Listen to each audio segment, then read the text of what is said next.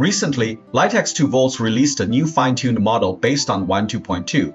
This model is claimed to have improvements in generation quality, generation speed, and motion effects. Through a series of tests, I found that, ultimately, this model primarily offers improvements in generation speed and motion effects. The overall improvement in image quality is not particularly significant. Now, let's look at how to use this model. You can open the x2v page on Hugging Face. In this model list, we can find two models. These models share a distinct feature. They both have a string of special numbers, 250928, which of course refers to the 28th of September, 2025. First, there is a 4-step LoRA.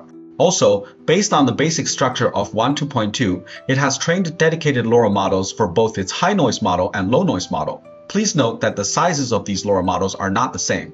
If you compare them to the previously released LoRA, where they were equally weighted, meaning the sizes were the same, relatively speaking, the high noise model takes up a greater proportion. This is actually a means of optimization. Optimization involves using different training methods for the high noise model and the low noise model, thereby producing LoRA models of different sizes. Furthermore, we also find a special high noise model here. Its name is Dyno. You can consider this as x2v having specially trained a high noise model and provided the corresponding workflow. Therefore, when using this model, you have two options. The first option is to directly use the two LoRA models. The second option is to directly replace the official high noise model with the high noise model fine-tuned by x2v. Based on my testing, using this fine-tuned high noise model directly yields a more noticeable effect. Next, let's look at its specific performance in the workflow. I have also built all the workflows on Running Hub. You can access this platform via Running Hub. In the ComfyUI domain, Running Hub is an excellent online workspace because it keeps up with any new extensions or new technologies immediately. You can register for Running Hub using the invitation link in my video description.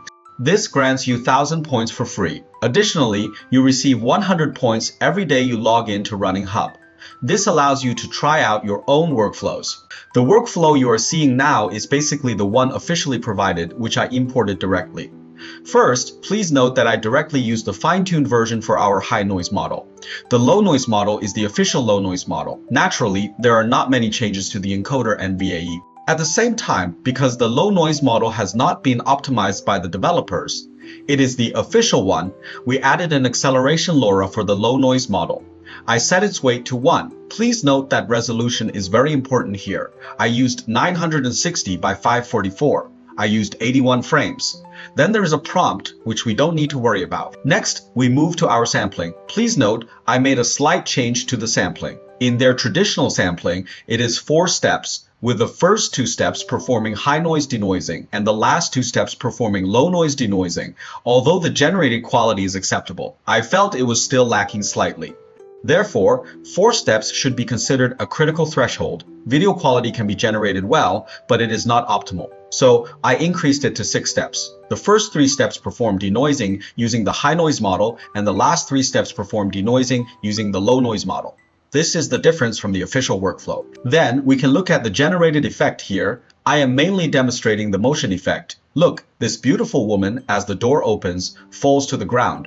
The overall consistency and coherence of the action are excellent. Intuitively, we feel that this version is quite a bit better than the official version. Of course, this is not an isolated incident. I conducted many tests. Let's review them one by one. This is a prompt we wrote before, a scene where a witch in a swamp turns into a crow. I wonder if you still remember our previous video. The performance here is indeed better. Notice the state of the entire wing, the expression of the character, and the texture of the overall light and shadow.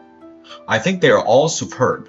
So you will find that it handles 2 types of movement. Well, one that is relatively intense and one that is relatively slow. I think the performance is good in both cases. Then, I also tested some complex movements. Look at this, a beautiful secret agent passing through laser obstacles.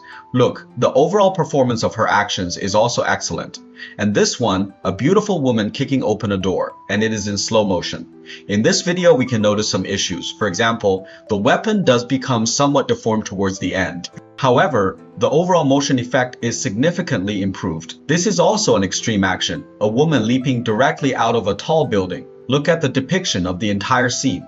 I think it is very accurate. This is also a classic extreme action for a secret agent, right? Let's look at this one. This is a shot of a beautiful woman shooting an arrow while riding a horse. You might also notice including the shaking of her entire body and the action of drawing the bow, which I think also makes it feel more real and aesthetically pleasing. This is an interactive action. Two characters where the movement is relatively complex.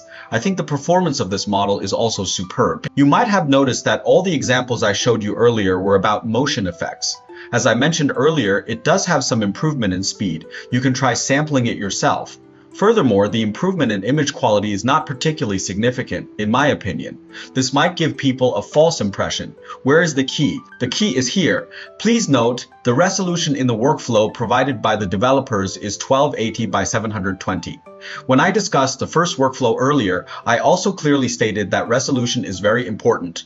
If you use 1280 by 720, you will find that the photorealistic texture is highly accurate. This includes the aesthetic degree of the characters, the state of their running, and the depiction of the background, all of which tend towards photorealism and cinematic texture. However, if we change the resolution to 832 by 480, you should note that it actually doesn't differ much from what we generate using 1.2.2. Notice that it still leans toward an animation or 3D texture. Furthermore, the background is not as photorealistic. Therefore, the improvement in image quality mainly depends on what resolution you set. In fact, you will notice that in all my tests, I used a resolution of 960 by 544.